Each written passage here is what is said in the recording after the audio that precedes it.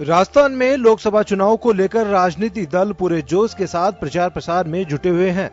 PM Modi खुद 2 दिन राजस्थान के दौरे पर रहे। उन्होंने रविवार को बाड़मेर और चित्तौड़गढ़ उम्मीदवारों के समर्थन में जनसभा को संबोधित किया, तो सोमवार को उदयपुर और जोधपुर में जनसभा को संबोधित किया। बाड़मेर और चित्तौड़गढ़ में पीएम मोदी ने अपने चिरपरिचित अंदाज में कांग्रेस पर निशाना साधा। उन्होंने कहा कि क्या आप पाकिस्तान के आगे झुकता हुआ भारत देखना चाहते हैं या पाकिस्तान को झुकाने वाला भारत।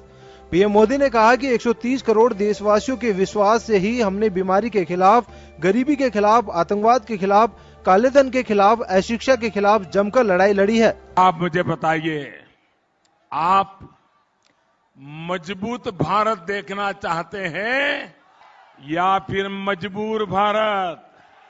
आपको पाकिस्तान को जवाब देने वाला भारत चाहते हैं या फिर पाकिस्तान के आगे दबने वाला भारत? आपको देश को कमजोर बनाने वाले कांग्रेस चाहिए या फिर देश को मजबूत बनाने वाली भाजपा चाहिए? आपका एक एक वोट दिल्ली में मजबूत सरकार बनाएगा। इधर प्रदेश के मुख्यमंत्री अशोक गहलोत भी चुनाव प्रचार में जुटे हुए हैं और अपने संबोधन में भाजपा और पीएम मोदी पर लगातार निशाना साध रहे हैं। गहलोत नोटबंदी, राफेल, सर्जिकल स्ट्राइक जैसे मुद्दों पर पीएम मोदी को लगातार घेर रहे हैं। प्रधानमंत्री जी पहले से भी आते रहे हैं और तमाम आते हैं और अब लोग समझे वो जुमलेबाजी करते हैं और जो वादे करके निभाते नहीं हैं। 5 साल बाद में पुराने वादों को भूल जाते हैं। 2014 में जब आए थे जो वादे किए थे देश के सामने, प्रदेश के सामने मीटिंग की, वहाँ पे भी किए वादे। अगर उन वादों को याद कर ले तो वो बताएं हमारी उपलब्धि क्या है, वो नहीं बताते। राजस्थान में 25 सीटों की लड़ाई है। कांग्रेस और भाजपा दोनों ही मिशन 25 को भेदना चाहते हैं और यही कारण है कि दोनों पार्टियों के आला नेता चुनाव प्रचार में जुटे हैं। पीएम मोदी अपने इस राजस्थान दौरे में राष्ट्रवाद और पाकिस्तान के सहारे 25 सीटों के लक्ष्य को साधना चाह रहे हैं। अब देखना यह होगा कि भाजपा को पीएम के यह तूफानी दौरे कितना सियासी फायदा पहुंचाते हैं। ब्यूरो रिपोर्ट, जन टीवी न्यूज।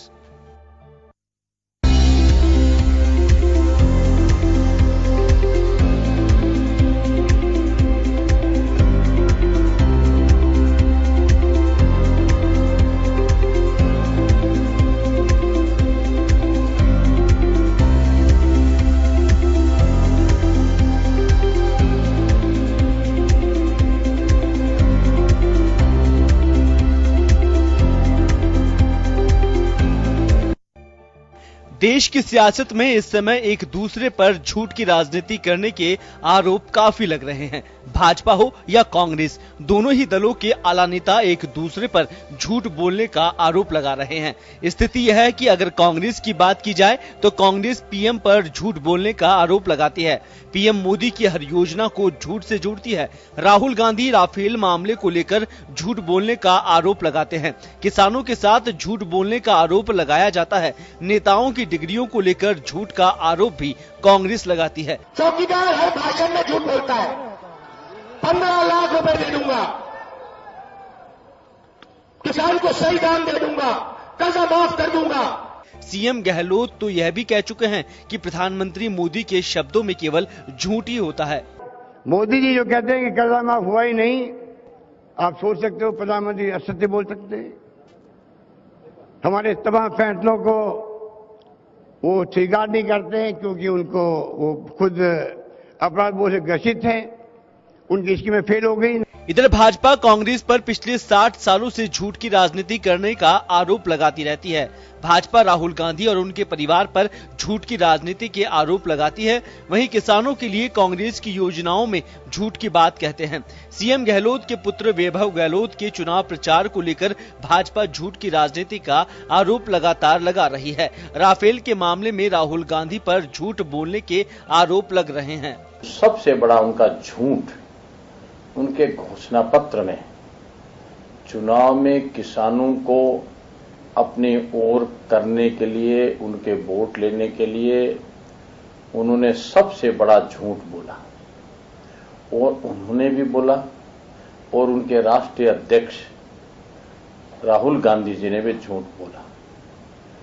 झूठ बोला कि हम कर्ज माफ करेंगे, कर्ज माफ किसानों का हुआ नहीं। देश की राजनीति में सभी राजनीतिक दल एक दूसरे पर झूठ की राजनीति का आरोप लगाते हैं। हर योजना और हर दावे को झूठ बताने की परंपरा सी चल पड़ी है, क्योंकि ये इन राजनीतिक दलों के सियासी फायदे के लिए अहम होता है।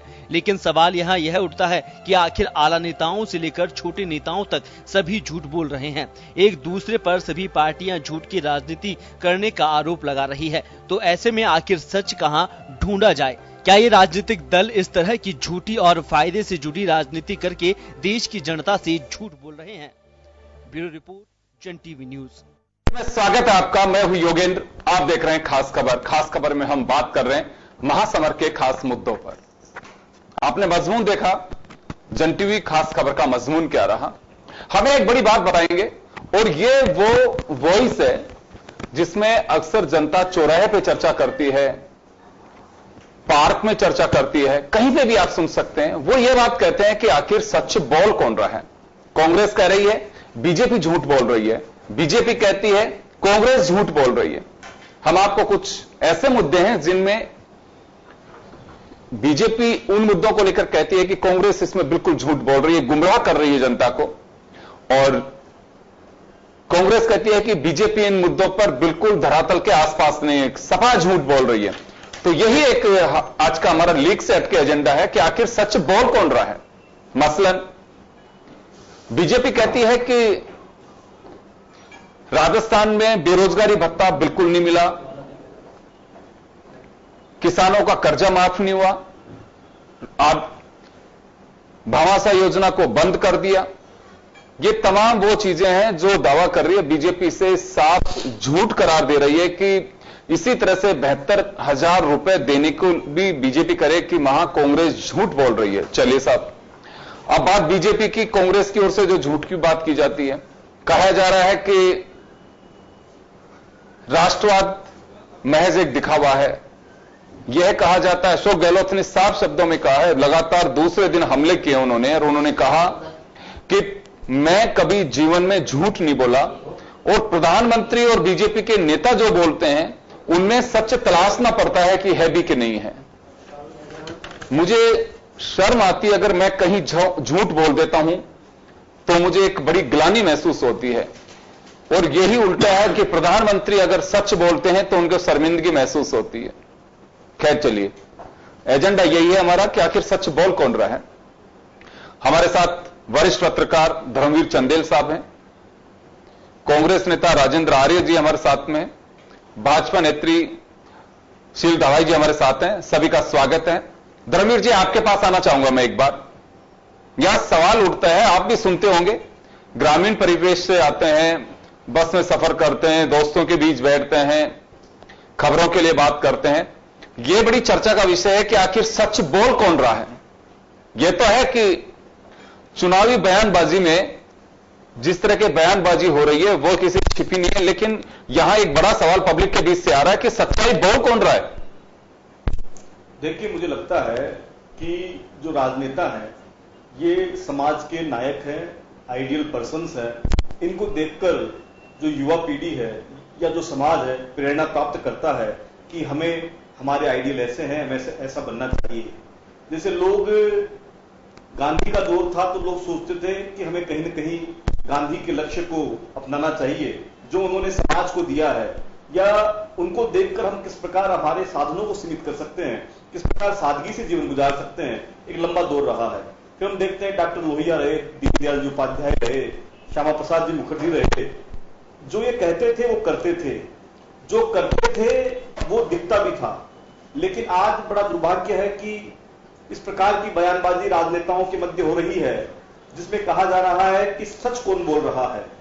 तो मुझे लगता है कि राजनीति का जो एक पैरामीटर बनाया गया था, जो एक पिरामिड बना था कि इसके नीचे हम नहीं जाएंगे, सिद्धांतों मूल्यों की राजनीति होगी, समाज के आखिरी व्यक्ति का कल्याण हमें करना है, किस प्रकार ये देश परम वैभव पर जा सकता है, इसकी परिकल्पना हमारे नेताओं ने आजादी के स्वतंत्रता संग्राम के सेनानियों ने की थी।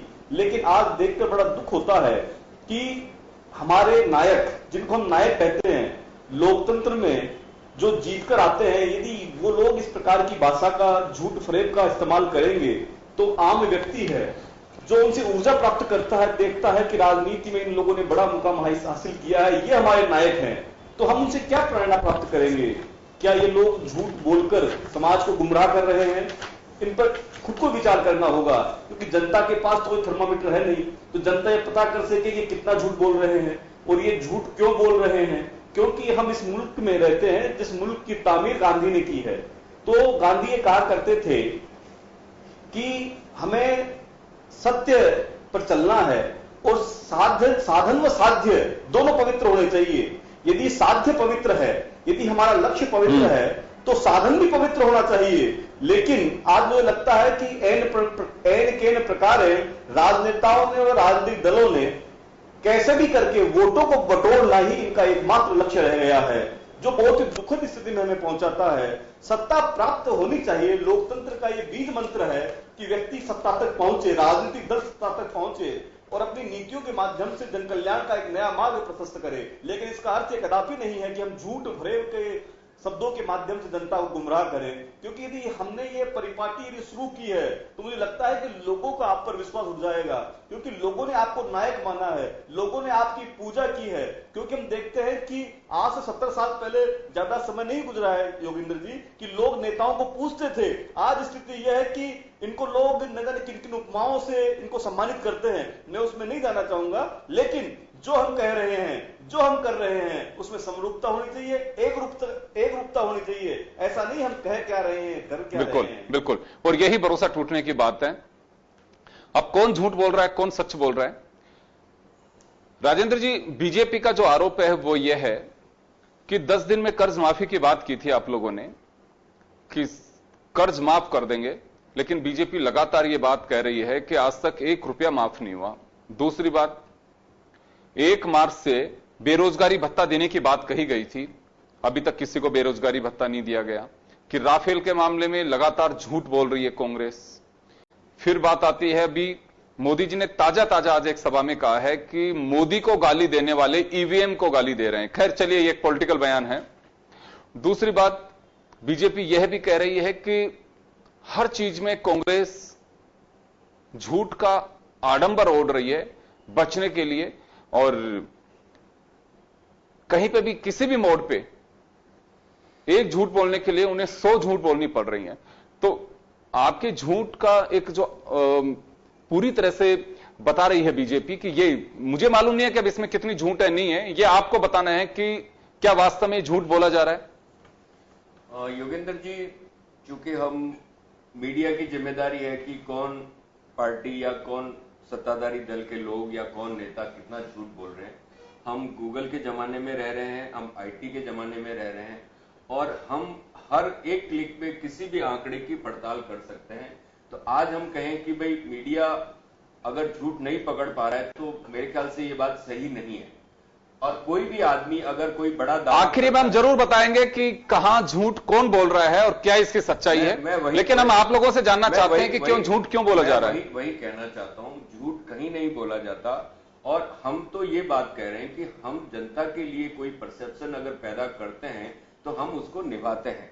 इनकी झूठ बोलने की इनकी कॉपीराइट है, इनका एकाधिकार है। आप अगर कहीं पे भी देखेंगे तो मैं आपको लंबी फहरिस्त गिना सकता हूं जिसमें इन्होंने झूठ भी बोले हैं। इनकी कथनी और करनी में रात दिन का फर्क हुआ है, और इन्होंने पूर्व में जो हमारा विरोध किया, आज वो यू टर्न लेके आज पकड़े हैं। तो कहने का मतलब ये कि आज झूठ पकड़ना मीडिया की जिम्मेदारी है, और मीडिया अगर लगता है कि साहब ये पार्टी या ये दल या ये नेता झूठ बोल रहा है तो उसको चुनौती। लेकिन राजेंद्र जी, अगर आज मीडिया किसी की झूठ पकड़ करके कहता है तो ये कहा जाता है कि मीडिया बायस्ड है। नहीं, बायस्ड होने का नहीं है, तथ्य की बात है। आज अगर मैं आपके चैनल पे कोई गलत बयानी करता हूं तो वो उसके लिए मैं जिम्मेदार होता हूं, क्योंकि मैं अगर यहां पे कोई चीज बोल रहा हूं तो मेरी वो तैयारी होती है।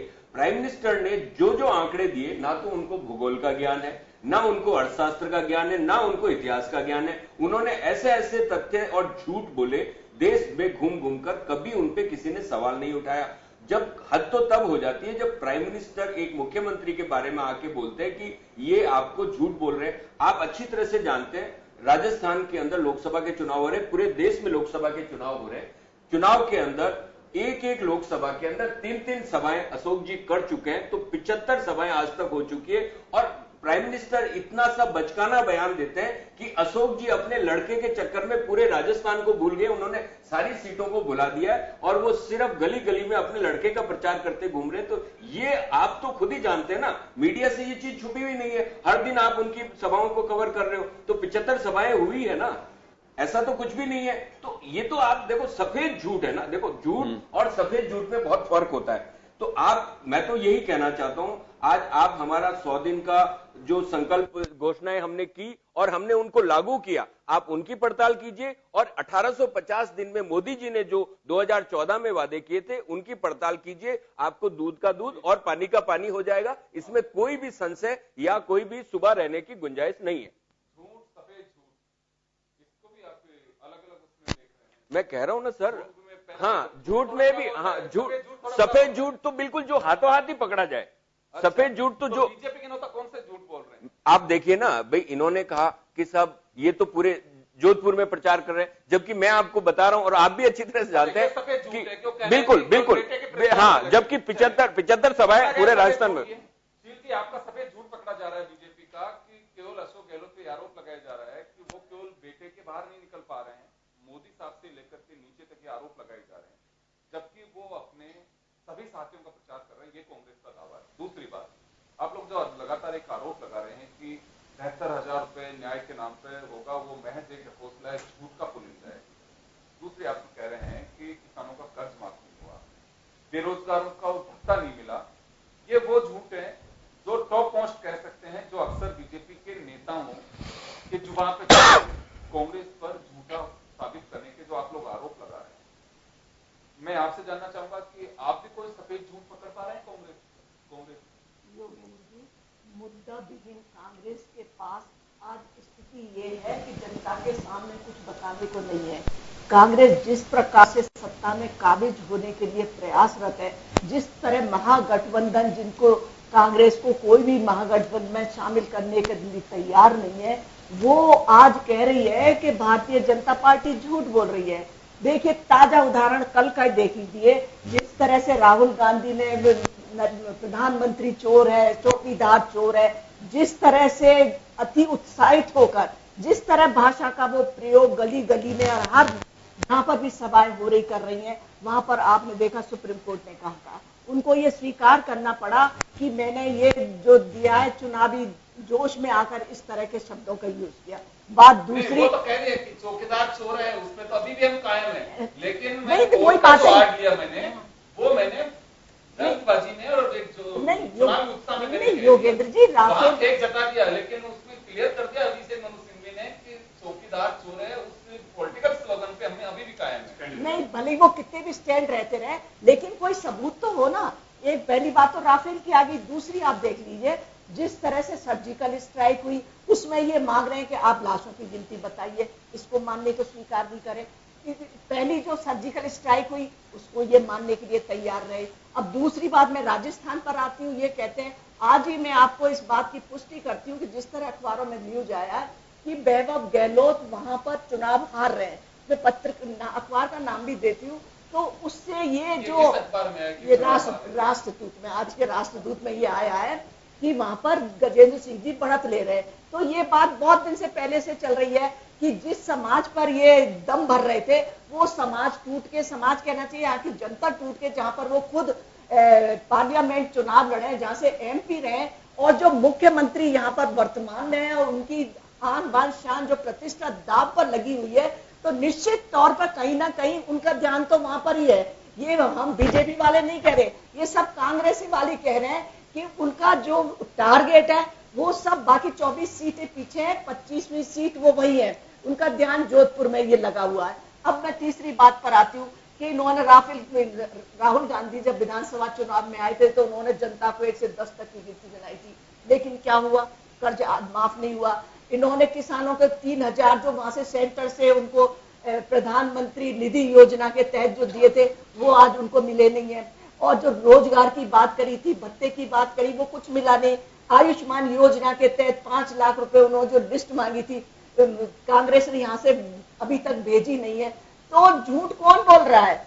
मैं जवाब इनसे ही पूछ रही हूँ जो ये कह रहे हैं कि प्रधानमंत्री झूठ बोल रहे हैं। अरे कोई बताइए तो, सबूत बताइए। आज 5 साल विश्व मानता है, देश की जनता मानती है कि प्रधानमंत्री जो कहते हैं वो सच कहते हैं और जो कहते हैं वो करके दिखाते हैं। आज विश्व में जिस तरह से मान सम्मान भारत का जो बढ़ा है, वो सच के आधार पर बढ़ा है, झूठ के आधार पर नहीं बढ़ा। आपने 50 ऐसी बातें बोली हैं, बहुत हल्की हल्की बातें बोली हैं। आप वाराणसी में जाके कुछ बोलते हैं, बेणेश्वर में जाके आप कुछ बोलते हैं, और जिस तरह के भाषा का प्रयोग कर रहे हैं वो जनता समझ रही है। ये कांग्रेसी अंदर से खुद भी समझ रहे हैं और जो महागठबंधन है वो भी समझ रहा है कि जो जनता की आवाज आ रही है, जो जनता का रुझान किधर जा रहा है। और अभी आप यहाँ पर देख लीजिए, जो अभी जो 3 चरणों के जो चुनाव हुए उसमें स्पष्ट रूप से जो रुख आ रहा है उसमें साफ साफ दिखाई दे रहा है कि भारतीय जनता पार्टी के नरेंद्र मोदी फिर से प्रधानमंत्री बनने जा रहे हैं।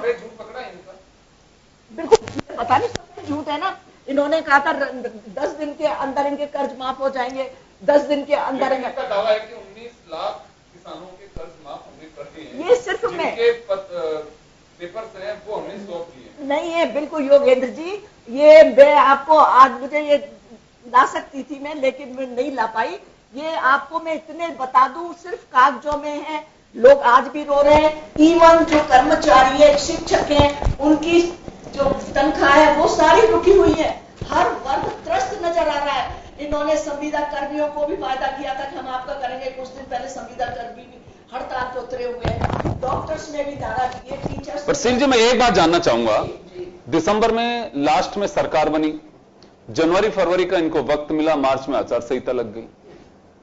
2 महीने में ऐसा क्या हुआ कि आप लोग इतना खजाना छोड़ के गए थे और इनसे वो खजाना नहीं संभल पाए और बिल्कुल कंगाली के हालात बन गए? ऐसा क्या हुआ 2 महीने में? कहां वो सरकारी पैसे को यूं तो को प्रयोग में ले नहीं सकता? नहीं देखिए योगेंद्र जी, जनता ने तो नहीं कहा था कि आप हमें 10 दिन का टाइम दीजिए, टाइम बाउंड करिए। आप एजेंडा बनाते हैं, आप कहते हैं हम 5 साल में करके दिएंगे, लेकिन जनता को तो उन्होंने धोखे में किया ना।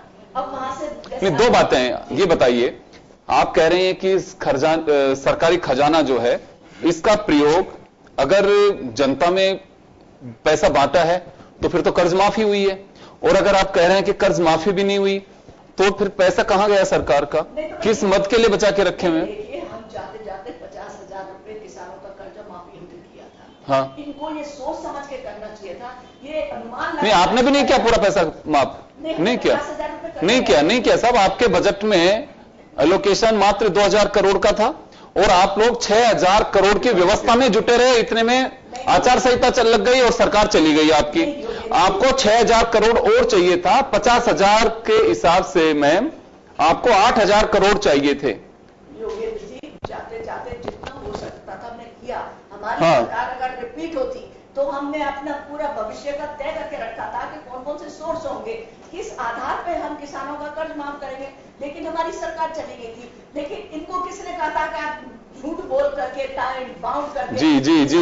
फिर ये झूठ, ये बताइए साहब, झूठ बोलने का कॉपीराइट किसके पास में? ये बताइए मुझे। आप लोग बोल सकते हैं, ये भी बोल सकते हैं, या ये बोल रहे हैं आप भी बोल सकते हैं? कौन बोल सकता है? चलिए, इसका फैसला मैं धर्मवीर जी चंदेल साहब से कराऊंगा। धर्मवीर जी, ये बात तो सही है कि बयानबाजी का जो दौर और जिस दौर से देश की राजनीति गुजर रही है, आप भी बहुत अच्छे से सुनते हैं, लोग मजे लेने लग गए। मतलब जोक्स के नाम से पॉलिटिकल जोक्स.com या कई ऐसी चीजें निकलने लग गई कि किसी भी नेता पे 2 मिनट के अंदर लोग जोक्स तैयार कर देते हैं, उनकी स्पीच में कर देते हैं। तो वास्तव में ये केवल एक चुनावी जुगलबंदी के लिए बात आरोप लगाए जा रहे हैं कि वास्तव में कोई झूठ बोल रहा है या झूठ के सहारे से अपनी वैतरणी पार करना चाहते हैं? नहीं, मैं इसमें 2 बातें कहूंगा कि लोग चुनाव जीतने के लिए मैनिफेस्टो का निर्माण करते हैं, उस मैनिफेस्टो में अलग अलग ऐसी बातें कह देते हैं जो संभव नहीं है। यदि मैनिफेस्टो का निर्माण हो तो जो उस पार्टी के वित्त विशेषज्ञ हैं वो उसका एनालिसिस करें कि सरकार, और वो भी बाध्यता के साथ में हो कि बिल्कुल हम ये करेंगे। हाँ, वो वित्त का जो उनका एक ऑर्गेनाइजेशन होता है पार्टियों के पास, उसमें देखे आय क्या है, व्यय क्या है, कितना खर्च होगा, कब होगा, किस तरह होगा, उसका विश्लेषण करने के बाद वो मैनिफेस्टो तैयार होने चाहिए। उसके बाद जो भी पार्टी रूल करेगी वो मैनिफेस्टो सर्वोच्च न्यायालय के पास रख दिया जाए और मॉनिटरिंग सर्वोच्च न्यायालय करे और उसमें टाइम बाउंड हो कि हम 1 साल में ये करेंगे, सेकंड साल में ये करेंगे, थर्ड साल में ये करेंगे। यदि ऐसा होगा तो ही मैनिफेस्टो का सम्मान हम रख पाएंगे, क्योंकि मैनिफेस्टो को तो आलम यह है कि जो रिलीज जो लोग करते हैं, एक रस्म अदायगी है। जो व्यक्ति आज एमपी के चुनाव लड़ रहा है किसी भी पॉलिटिकल पार्टी से, उससे पूछ लीजिए कि आपके 60 बिंदु थे, उसमें 10 बिंदु बता दीजिए इस मैनिफेस्टो में क्या क्या कौन कौन सी बातों का उल्लेख किया है। मैं दावे के साथ कह सकता हूं कोई ऐसा सांसद का जो चुनाव लड़ रहा है नहीं बता सकता कि मेरी मैनिफेस्टो में क्या। चलिए मैं लौटूंगा आपके पास में, एक छोटे से ब्रेक के लिए रुकेंगे, हम ब्रेक के बाद हम जल्द लौटेंगे।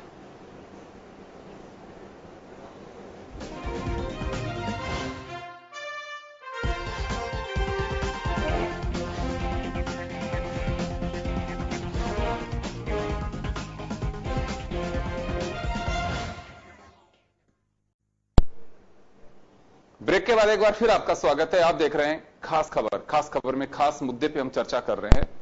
प्रदेश हो चाहे देश हो, एक दूसरे पे यह आरोप अब लगना शुरू हो गए हैं कि फला झूठ बोल रहा है, ये झूठ बोल रहा है। आखिर झूठ बोल कौन रहा है और ये झूठ पकड़ में कैसे आ रहा है?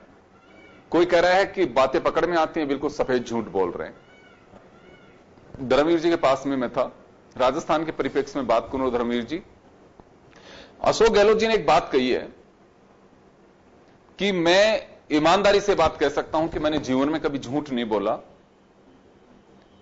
और मोदी साहब के शब्दों से, उनकी भाषण से ऐसे लगता है कि जितनी तकलीफ मुझे झूठ बोलने में होती है उतनी उन्हें सच बोलने में होती है।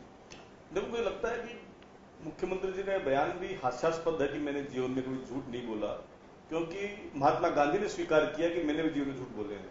तो ऐसी बात नहीं कहनी चाहिए, क्योंकि हम राजनीतिक जीवन में रहते हैं तो निश्चित रूप से कल 10 लोग टिकट मांगने आए थे, हम सबको इंश्योर करते हैं आपको भी टिकट देंगे, आपको भी टिकट देंगे, आपको भी टिकट देंगे, आप भी मेहनत कीजिए, क्यों झूठ बोलना नहीं है। तो ऐसे में खुद को बड़ा दिखाकर दूसरे को छोटा दिखाना, ये प्रवृत्ति राजनीति में बड़ी है, मैं इसको बहुत गलत मानता हूं।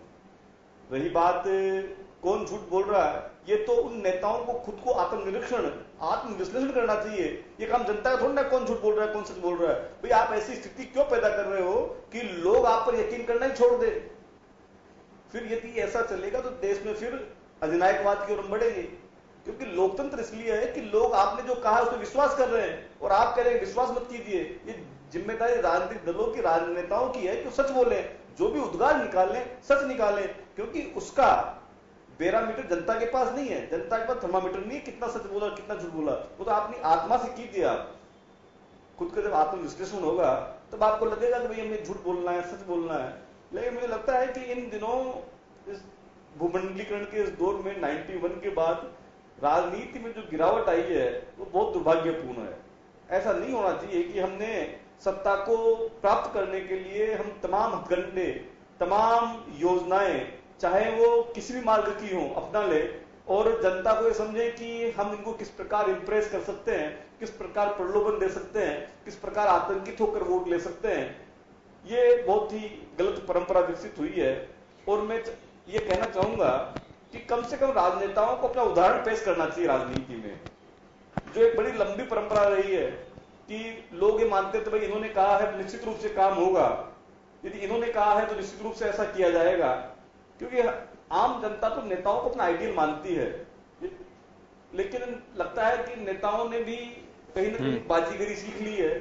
जो व्हाट्सएप पे तो कुल मिलाकर के ये मानना है कि ये महासमर है और जुबानी जंग में कोई भी ऐसा फेयर नहीं है कि जिसको जो अवसर मिल रहा है वो वैसे ही व्यक्त कर रहा है, वैसे ही बोल रहा है। वो सिर्फ एजेंडा एक ही होता है कि जनता को अपनी ओर कैसे खींचा जा सकता है। बिल्कुल सही है, और ये निरंतर बढ़ता जा रहा है। इस पे चुनाव आयोग ने हालांकि थोड़ी सख्ती दिखाई है उच्चतम न्यायालय के निर्देशों के बाद, जबकि ये मौका है कि चुनाव आयोग को भी अपने आप को इंप्रूव करना चाहिए कि हम कोई बदजबानी करेगा, गलत बयानी करेगा या तथ्यों के साथ हेरफेर करेगा, उसको हम चेतावनी देते हैं और उसके जो प्रचार का समय है उस पर अंकुश लगाते हैं।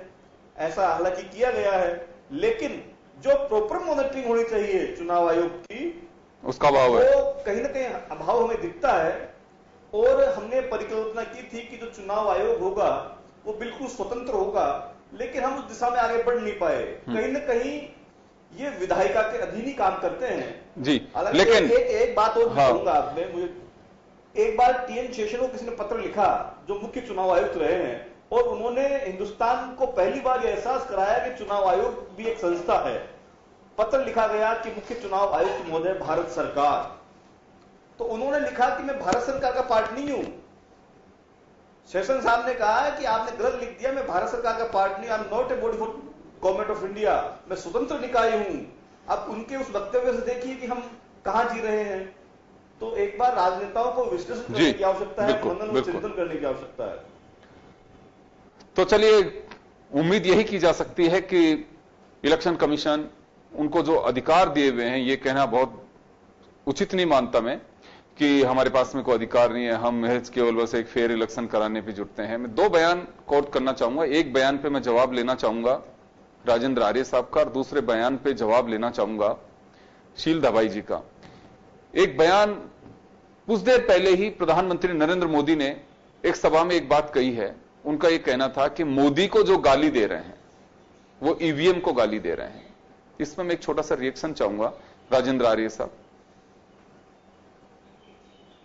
मोदी जी को गाली देने का कोई सवाल ही नहीं है। कारण क्या है कि हम तो सिर्फ मुद्दों की बात करते हैं, क्योंकि उन्होंने जो वायदे 2014 में किए थे, चाहे 2 करोड़ रोजगार प्रतिवर्ष देने की बात हो, चाहे कालाधन वापस लाने की बात हो, कालाधन तो दूर, उल्टा जो गरीब लोगों का जो जमा धन था, जमा पूंजी थी, उसको भी उन्होंने निचोड़ लिया। आज गरीब आदमी के घर में 10,000 रुपया नगद नहीं मिलेगा, जिन लोगों के पास में आपात स्थिति के लिए जो पैसा होता था। तो आपने देखा था कि नोटबंदी के ऊपर 99.3% जो करेंसी चलन में थी वो वापस आ गई थी। तो आप ये मान के चलिए कि इन्होंने जो नोटबंदी की थी उससे किसका फायदा हुआ? अमीर का जो, हम राहुल जी ने तो साफ कहा था कि ये तो इनकी फेयर एंड लवली योजना है, जिसमें ये अमीरों का या जो बड़े सेठ हैं उनका काला धन व्हाइट करना चाहते हैं, और वही हुआ उसमें। दूसरा, मैं आपको ये बताना चाहता हूं कि किसी भी सरकार का आज राजेंद्र जी आपका सफेद पे बहुत जोर है, सफेद झूठ, सफेद पैसा। मैं गरीब का पैसा सफेद ही इसलिए कहूंगा सर कि जो आदमी दिहाड़ी से काम कर रहा है या तनख्वाह से काम कर रहा है, उसमें से वो अपना परिवार का पेट काटकर बच्चों की पढ़ाई के लिए या उनके शादी के लिए या उनके भविष्य के लिए जो पैसा बचा के रखते हैं, उस पैसे को इन लोगों ने सोख लिया, और उसी पैसे से इन्होंने 2014 से लेकर 19 के बीच में करीबन 5,63,603 करोड़ रुपया कॉर्पोरेट्स का, डिफॉल्टर्स का माफ किया। तो आप मान के चलिए, आज ये सवाल उठाते हैं कि साहब न्याय की योजना का आप पैसा कहां से लाओगे? अरे भाई, आपने 5,55,000 करोड़ 603 करोड़ रुपया आपने उड़ा दिया, उसका तो कोई हिसाब किताब दिया नहीं। हम कह रहे हैं कि साहब सामाजिक सुरक्षा के अंदर हमने परसेप्शन बदला। सामाजिक सुरक्षा हमारे सबसे बड़ा, मनमोहन सिंह जी के कार्यकाल में आपने एक चीज बहुत बढ़िया नोटिस की थी कि मनमोहन सिंह जी हमेशा अर्थव्यवस्था पे फोकस करते थे और आदरणीय सोनिया जी हमेशा सामाजिक सुरक्षा पे करती थी। तो आज मनरेगा की बात हो, उसके पैसे की व्यवस्था कहां से हुई? हमने करके दिखाई। आज पूरी दुनिया ने माना कि मनरेगा बहुत अच्छी योजना थी, पलायन रुका।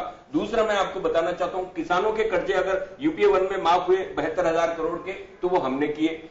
उसके अलावा राजस्थान के अंदर निःशुल्क योजना, जिसकी वर्ल्ड हेल्थ ऑर्गेनाइजेशन ने भी, जिसकी दवाई जी ने एक सवाल जो खड़ा किया था, उनका जो सवाल था, राफेल मामले में आप झूठ बोल रहे हैं, ये इनके आरोप हैं। भी 72,000 रुपए जो देने की बात है कि उससे पहले की बुनियाद जो है उसी में खोट बता रहे हैं। आपने खूब अच्छे से सुना शील दवाई जी को कि बेरोजगारों को भत्ते का सब्जबाग दिखाए लेकिन पैसे नहीं दिए।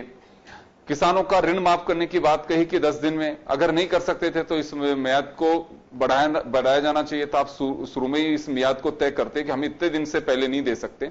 तो ये सब चीजें करने की आवश्यकता क्या थी? मैं नहीं कह रहा हूं, ये सवाल बीजेपी की ओर से है, और इन मामलों को लेकर के वो साफ कहते हैं कि इन्हीं की आड़ में आप झूठ बोलते हैं। मैं यही तो कहना चाह रहा हूं ना कि अब सिलसिलेवार में आपके अगर जवाब दूं तो राफेल की बात पे आते हैं। सबसे पहले राफेल की बात पे आते हैं। तो राफेल के अंदर आउटराइट जो सपोर्ट अनिल अंबानी की कंपनी को किया गया, नंबर एक बात वो, क्योंकि जो 50 साल पुरानी हिंदुस्तान एरोनॉटिक्स कंपनी, जो हमारी भारत सरकार के रक्षा क्षेत्र की सबसे बड़ी कंपनी थी, जो 50 साल पुरानी है, उसको दरकिनार करके उनको दिया गया।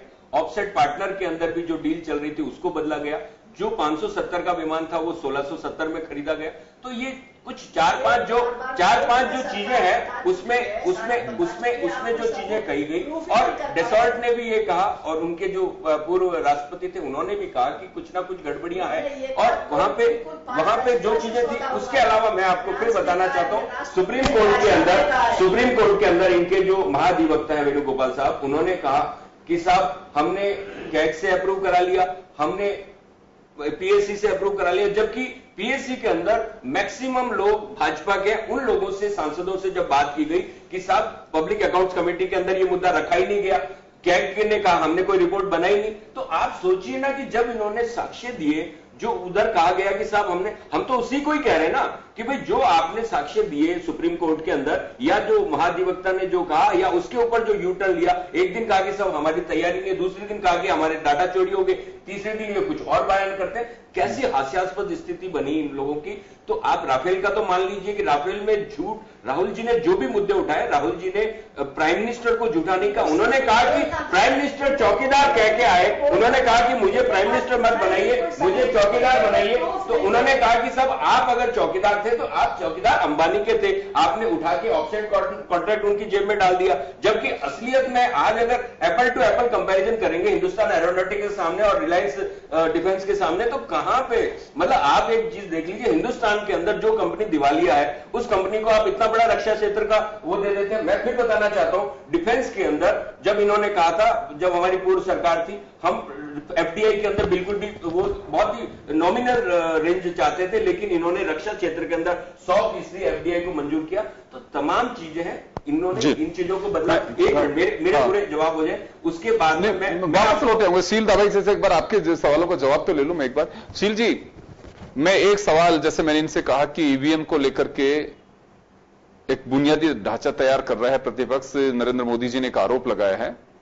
इसी तरह से आपसे कहना चाहूंगा कि अशोक गहलोत यह बात करें, लगातार 2 दिन से वो, जब जोधपुर में 2 दिन पहले प्रधानमंत्री ने सीधा हमला अशोक गहलोत पे किया कि बेटे के उसमें फंसे हुए हैं, सारी बातें करके।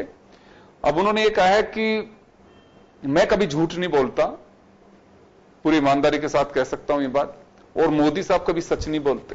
देखिए, अशोक गहलोत जी जब 2008 से 13 का जो टेन्योर था, उन्होंने आते ही सबसे पहले बड़ा झूठ ये बोला था, वसुंधरा राजे जी पर उन्होंने 5000 करोड़ भ्रष्टाचार के आरोप लगाए थे और सब लोगों पे आरोप लगाए थे, लेकिन उनका सच कहां गया, वो आज तक इस बात को प्रूफ नहीं कर पाए। दूसरी बात, ये अभी नोटबंदी की कह रही, मैं इनसे पूछ रही हूँ, कोई भी निचला वर्ग या मध्यम वर्ग का किसी भी व्यक्ति ने आके कभी कहा कि नोटबंदी एक खराब निर्णय था? निर्णय खराब किसने बताया? जो कांग्रेस के लोग हैं या जो इनके महागठबंधन के साथी हैं, जिनके पास ब्लैक मनी था, जिनको ये मौका मिला नहीं।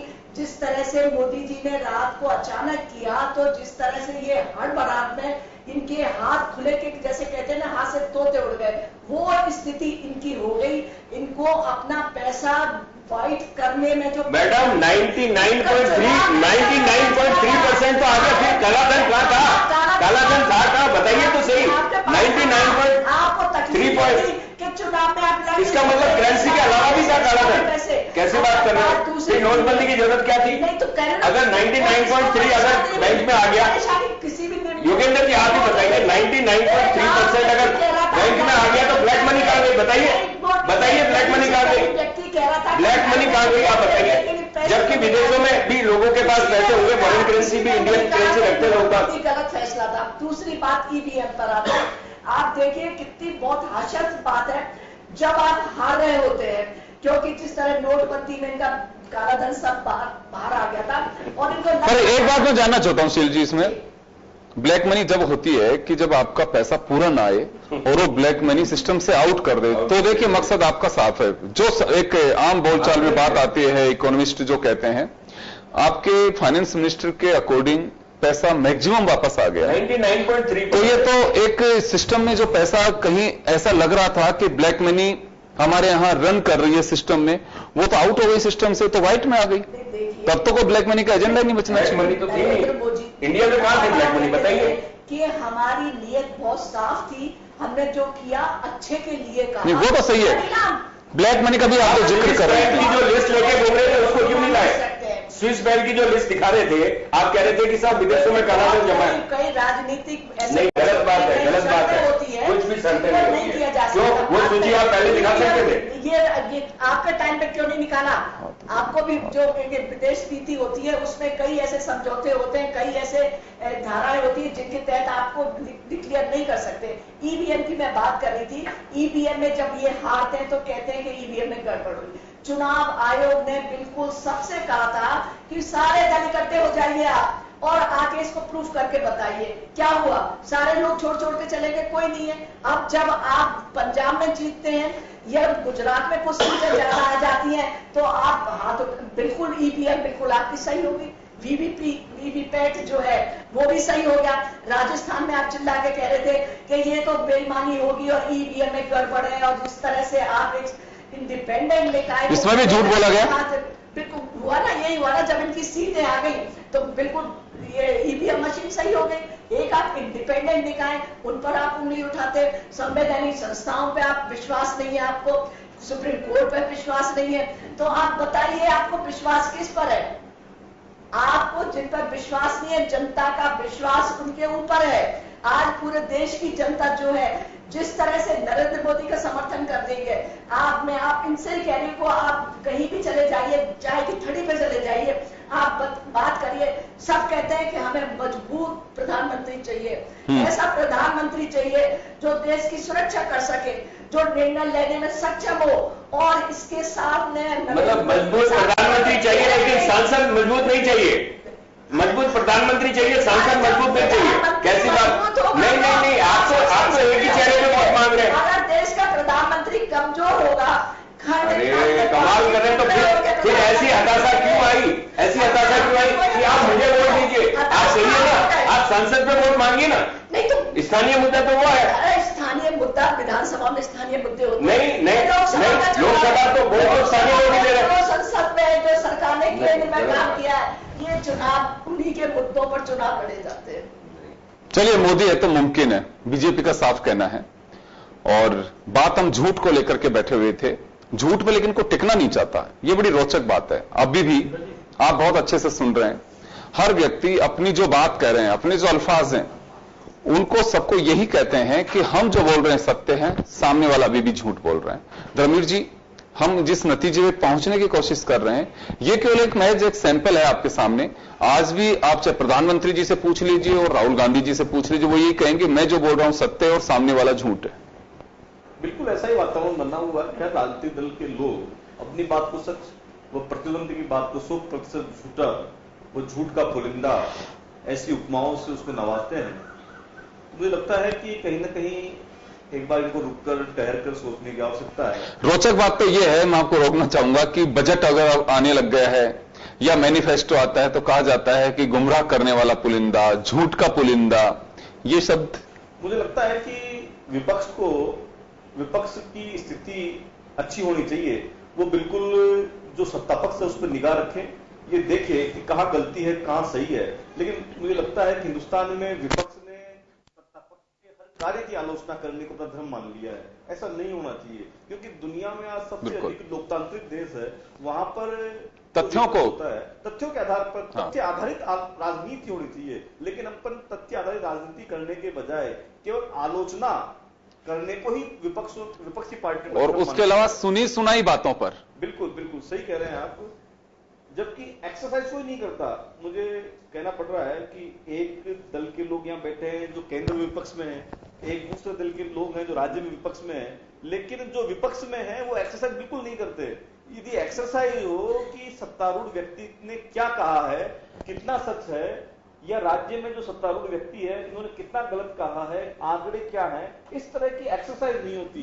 वो बयान आता है, बयान के साथ इनका बयान आ जाता है। वो बयान में सिर्फ फौरी तौर पर होता है, उसमें तथ्यों का कोई समावेश नहीं है। क्योंकि सत्तारूढ़ व्यक्ति ने जो कहा है उसकी आलोचना करना विपक्ष ने धर्म मान लिया है कि हम यदि आलोचना नहीं करेंगे तो लोग हमें क्या कहेंगे। कि आप तो जागरूक नहीं है, तो अपना जागरूकता का परिचय देने के लिए कई बार तो अच्छी बातों की आलोचना कर देते हैं, उनसे पूछते हैं वापस में ऐसी आलोचना क्यों की, तो उनका एक सताया रटा रटाया जवाब होता है कि तो विपक्ष में आलोचना करना हमारा धर्म है। तो मुझे लगता है कि हम गलत ट्रैक पे चल रहे हैं, इस ट्रैक को सुधारने की आवश्यकता है। और विपक्ष कोई भी रहो, सत्ता पक्ष के लोग तो एक्सरसाइज करते हैं, लेकिन विपक्ष को भी एक्सरसाइज करनी चाहिए। क्या बेटर हो सकता है भाई, अपन मक्खन निकालने का प्रयास कर रहे हैं, कितना मक्खन निकल सकता है, कितना शुद्ध मक्खन निकल सकता है, इसका प्रयास तो सत्तारूढ़ और विपक्ष के लोग मिलकर ही मक्खन निकाल पाएंगे। ये बिल्कुल आप सही फरमा रहे हैं। मैं राजेंद्र जी आपके पास आना चाहूंगा। जो आज हमने डिबेट रखी, थोड़ा आप लोगों को लगता होगा कि ये क्या मुद्दा हुआ। मुद्दा यही है, अभी मुझे लगता है कि भाषणों में जिस तरह की भाषा का प्रयोग किया जा रहा है वो शायद हो सकता है कि अभी अति नहीं हो, अति के आसपास हम पहुंचे हों। एक रोज वापस आपको जो आज हम चर्चा कर रहे हैं ट्रैक पे इसी पे आना पड़ेगा। ये पब्लिक खारिज कर देगी। इलेक्शन लोकतंत्र में केवल उन्हीं लोगों के लिए मायने रखेगा कि जैसे आज पर्टिकुलर अगर ऐसा कोई फेस्टिवल है कि किसी कास्ट विशेष के लिए जो मेला होता है, त्योहार मेलों में तब्दील होंगे। मेला पर्टिकुलर एक क्षेत्र का हो जाता है या जाति का हो जाता है, वहां निपट करके चुनाव रह जाएंगे। आप लोगों को गौर करना पड़ेगा कि वास्तव में फैक्ट्स के आधार पे हो। चाहे राफेल का मामला हो, स्वायत्त शासित संस्थाओं को कमजोर करने का आरोप है कांग्रेस का, उनके फैक्ट रखने की बहुत आवश्यकता है कि हमारे पास में यह आधार है, ये मुद्दे हैं।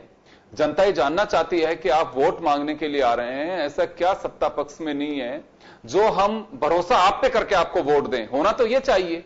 और पहले के नेता कहा भी यही करते थे, चाहे इंदिरा गांधी का विरोध रहा हो या दूसरी पार्टियों के नेताओं का विरोध रहा, वो साफ ताल ठोक के कहते थे कि हम आपके लिए ये बेहतर कल की बुनियाद तैयार कर रहे हैं, आप इस आधार पर हमें वोट दीजिए। यहां तो कल का पता ही नहीं है, यहां तो वर्तमान में हम एक दूसरे को ऐसे कटघरे में खड़ा कर रहे हैं कि बस कैसे भी करके सत्ता की कुर्सी मिले। तो मैं जानना चाहता हूं आप लोगों से कि वास्तव में आज बेशक आप लोगों को लगता होगा कि नहीं हम फैक्ट्स के आधार पर चर्चा कर रहे हैं, कितनी बार टिप्पणीकारों ने, स्तंभकारों ने, लेखकों ने इस बात का आभास कराया है भारतीय राजनीतिक महापुरोधाओं को, पुरुषों को, कि आप लोग ट्रैक से हट रहे हैं। हिंदुस्तान की राजनीति की तासीर ये नहीं रही है जिससे हम दाएं बाएं हो रहे हैं। तथ्यों के आधार पर हमारे राजनीति करने का सिलसिला रहा है जिससे हम दूर जाते जा रहे हैं। राजेंद्र जी, यही बड़ी वजह है कि जन टीवी को आज ये एजेंडा लेना पड़ा कि झूठ का सारा आखिर ले कौन रहा है। योगेंद्र जी, मैं आपको आपके चैनल के माध्यम से पूरे देश को बताना चाहता हूं कि जहां तक झूठ की बात है या वादा खिलाफी की बात है, तो ये चुनाव देश की सबसे बड़ी पंचायत का चुनाव है, लोकसभा का चुनाव है। तो इसमें मुद्दे वही ठहरेंगे जो कि देश की होंगे, या जो पूर्व में जो सरकार सत्ता में आई जिसने वादे किए 2014 में, 19 में जिनको हिसाब देना था। तो आज बात वही हो रही है, चाहे रोजगार की बात हो, कोई उपलब्धि नहीं, काले धन की बात हो, कोई उपलब्धि नहीं, किसानों की बात हो, कोई उपलब्धि नहीं। तो कहने का मतलब यह है, वादा खिलाफी अगर इस सरकार ने की है तो सवाल उस सरकार पे ही किया जाना चाहिए। राज्य सरकार को आप कटघरे में खड़ा करके देश के अंदर चुनाव नहीं जीत सकते। आपको अपने वादों का हिसाब देना पड़ेगा। आप अपने वादों से बच रहे हो, बचने के लिए आपने सेना का शॉर्टकट निकाल लिया, आपने राष्ट्रवाद का शॉर्टकट निकाल लिया। तो ये बहुत दुर्भाग्यपूर्ण स्थिति है। फिर मैं आपकी बात का एक और जवाब देना चाहता हूं, ईवीएम के लिए जो आपने बात की, तो मैं फिर बता रहा हूं कि ईवीएम को ये बहुत सेलेक्टिव तरीके से चीज हो रही है कि 300 जगह पे एक ही लोकसभा क्षेत्र में 300 ये झारखंड में अगर खराब, ये झारखंड में 300 आरोप लगाया गया है। 300 मशीनें अगर खराब होती है तो वो वास्तव में सोचने वाली बात है। अगर स्लो पोलिंग होती है तो सोचने वाली बात है। हम भी गांव देहात से आते हैं, मतदान केंद्रों पे लाइन बना के खड़े होते हैं, तो हम देखते हैं कि लोग पूरा अपना वोट ही नहीं डाल पाते। उनको लगता है कि साहब भीड़ है। तो कहने का मतलब है कि जब मतपेटी से चुनाव होता था तब भी इतनी भीड़ नहीं होती थी, ईवीएम में भीड़ हो रही है। इसका मतलब आप कहीं ना कहीं मशीनों को स्लो कर रहे हो, कुछ ना कुछ तो गड़बड़ी कर रहे हो, क्योंकि 300 मशीनें अगर एक जगह खराब हो जाए तो अपने आप में एक सवालिया निशान है। दूसरी बात, संवैधानिक संस्थानों की बात, तो संवैधानिक संस्थानों के अंदर तो आपको तथ्य देने की जरूरत नहीं है, पूरा देश जानता है। सुप्रीम कोर्ट के 4 जजों ने खुलेआम वो करी और उन्होंने कहा कि साहब लोकतंत्र खतरे में है। सीबीआई के डायरेक्टर को रात के 2 बजे निकाला जाता है। सीआईसी के अंदर जो राइट टू इंफॉर्मेशन है उसके अंदर तब्दीलियां की जाती है। आपके इनकम टैक्स को यूज किया जाता है, ईडी को यूज किया जाता है। देश से भगोड़े भाग जाते हैं, उनका कोई पता नहीं चलता, बैंकों के अंदर बड़े बड़े घोटाले हो रहे हैं, पता नहीं चलता। तो संवैधानिक संस्थाओं को आपने जो इंदिरा जी एक आदेश से राष्ट्रीयकरण करके बैंकों को लिया है, जो पहले धना सेठों के बैंक होते थे, जो राष्ट्रीयकृत बैंक बना दिए, उन बैंकों को आपने सारे के सारे पेटीएम के नाम से या रिलायंस के नाम से लोगों को बांट दिया। तो कहने का मतलब यह कि आपने संवैधानिक संस्थाओं और देश के जो एसेट्स थे, जो हमारी संपदा थी, उस संपदा को बांट दिया। सवाल वाजिब है, जवाब तो देना पड़ेगा ना, लेकिन जब जवाब देने की बात आती है तो ये राष्ट्रवाद को बीच में लाते हैं, ये पाकिस्तान को बीच में लाते हैं, ये धर्म को बीच में लाते हैं और ये राम को बीच में लाते हैं। कहने का मतलब ये है कि राष्ट्रवादी देखो किसी को भी क्योंकि देखो इस पिछले चुनाव में 2014 के अंदर मोदी जी को 31% वोट मिले थे, टोटल पोल हुए वोटों में। अगर 69% लोग समय कम है। मैं शील जी के पास जाना चाहूंगा। शील जी, आपके पास आना चाहूंगा। बहुत ही कम समय में मैं जानना चाहूंगा कि क्या वास्तव में आज का जो दौर है, हो सकता है आप लोगों को दिखाई नहीं देता हो, लेकिन एक चौराहे की चर्चा, आम पब्लिक की चर्चा, वो कहते हैं कि मुद्दों से भटक गए और झूठों के सारा, अगर किसी को झूठा साबित करने के लिए भी एक झूठ है कि सामने वाला झूठ बोल रहा है बिना, अभी धर्मवीर जी ने कहा कि तथ्यों को आधार बनाना चाहिए राजनीति में, कि देखिए ये सामने वाला झूठ बोल रहा है, ये इसका सच है। एक हिटलर, बड़े हम जानते हैं कि जो दूसरा विश्व युद्ध हुआ वो हिटलर की देन था। हिटलर के प्रचार मंत्री थे गोएबल्स। वो गोएबल्स ये कहा करते थे कि एक झूठ को इतनी बार बोलो कि सच हो जाए। ये फिलोसॉफी मुझे लगता है कि हिंदुस्तान के राजनीतिक दलों ने अपना ली है। वो हिटलर के पद चिन्हों पे चल रहे हैं कि हमें सिर्फ झूठ बोलना है, झूठ बोलना है, झूठ बोलना है। उस झूठ के चक्कर में जो सच है वो सामने नहीं आ पाता। झूठ झूठ झूठ बराबर सच, ये हिटलर की फिलॉसफी पे चल रहे हैं। शील जी, आपके पास आना चाहूंगा। क्या वास्तव में हमारे खुद के जो पॉलिटिशियंस रहे हैं, जिनके एक ही थ्योरी होती थी कि तथ्यों के आधार पे हम चर्चा करेंगे, उस पर नहीं आना चाहिए? नहीं योगेश जी, मैं आपकी एक बात आपने बहुत अच्छी कही थी कि चुनाव में दलों को यह बताना चाहिए, लोगों के सामने अपना विजन प्रस्तुत करना चाहिए। लेकिन यहाँ पर हो क्या रहा है, ये जनता के सामने कांग्रेस और ये दूसरे कह रहे हैं कि सिर्फ इनको जनता से कोई लेना देना नहीं है, इनकी नजर सिर्फ सत्ता पर है कि मोदी को हटाओ। इनका कोई एजेंडा नहीं है कि आप जनता के लिए क्या करेंगे। हम 2014 में जब आए थे, हमने जनता के सामने अपना विजन रखा था 5 साल का कि हम क्या करने वाले, और इस बार तो हम रिपोर्ट कार्ड देके जनता के सामने जा रहे हैं। हम बता रहे हैं कि हमने किसानों के लिए ये किया, हमने महिलाओं के लिए किया, देश की सुरक्षा के लिए क्या किया, राष्ट्रवाद के लिए क्या किया, पड़ोसियों के साथ क्या व्यवहार किया। लेकिन इनके चलिए, मैं शील जी में माफी चाहूंगा, समय कम है मेरे पास में। तो कुल मिलाकर के बात यह है कि यह जो एजेंडा है, ये वो जनता की चर्चा के बीच से आया एजेंडा है कि झूठ बोल कौन रहा है। अभी भी हर राजनीतिक दल यह कहने को तैयार है, जिस फिलॉसफी को हिटलर के यहां पे अडॉप्ट किया हुआ था, या कहें कि उसका इजाद वहीं से हुआ है कि झूठ झूठ झूठ बोलिए, पब्लिक सच समझेगी। ऐसा नहीं है, लेकिन जब वो झूठ का भांडा फूटता है तो सच भी सामने आ जाते हैं, यानी कि काट की आंडी बार बार नहीं चढ़ती है। तो हमें लगता है कि हमारे पास में फैक्ट्स बहुत हैं, जनता की समस्याएं बहुत हैं, चर्चा के मुद्दे बहुत हैं। थोड़ी एक्सरसाइज करने की जरूरत है कि वास्तव में किस गांव की समस्या क्या रही है, किस जगह की क्या समस्या रही है। मैं चलते चलते एक छोटी सी जन टीवी की खबर का जिक्र करना चाहूंगा। बड़ी तकलीफदेह बात है। सरदार शहर से एक खबर हमारे रिपोर्टर मनीष ने करके भेजी है। आजादी के इतने साल बाद भी वो लोग पानी के लिए किस कद्र मोहताज हैं, और इस हालात ये हो रहे हैं कि गांव में मैरिज के लिए रिलेशंस जो लोगों के हैं आपस में, उनका सहारा लेकर के रिश्ते करने पड़ रहे हैं। कोई इस गांव में लड़की देने को तैयार नहीं है। ये महज एक पानी है। हम कहां जा रहे हैं, किस तरह की बातें हैं। ये मुद्दे एक नहीं, एक वानगी है। ये कितने गांव ऐसे होंगे जहां पानी की क्या हालत है। ये मुद्दे हैं, जनता के हित के हैं, इन पर चर्चा होनी चाहिए कि क्यों नहीं हुआ आज तक ऐसा। लेकिन ये मुद्दे गौण है। वो देखते हैं कि एक गांव उनका वोट है, उस नहीं दिया है तो क्या फर्क पड़ा, हमें बल्क में वोट चाहिए। भूख या प्यास है बड़ी। चलिए, बहुत बहुत शुक्रिया आप सभी का। खास खबर में आज इतना ही, दीजिए इजाजत। नमस्कार।